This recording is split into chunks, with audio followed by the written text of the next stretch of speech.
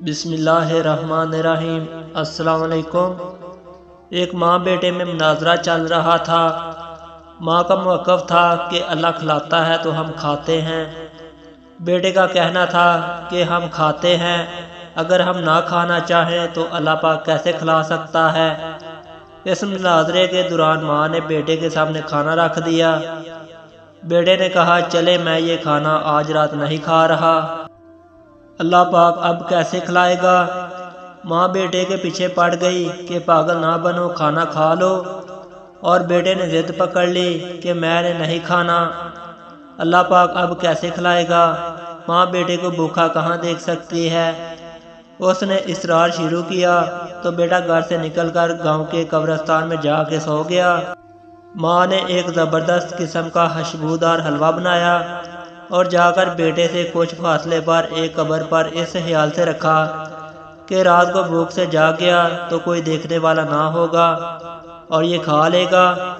رات کے آخری پہر قبرستان میں ڈاکو آ گئے جو اس گاؤں کو لوٹنے کی غرض سے پہنچے تھے۔ وہ قبرستان میں رک کر سردار سے آخری ہدایت لے رہے تھے کہ حلوے کی خوشبو نے سردار کو متوجہ کر لیا۔ قبرستان کی تلاشی لی گئی تو حلوہ اور وہ لڑکا دونوں برآمد ہوئے۔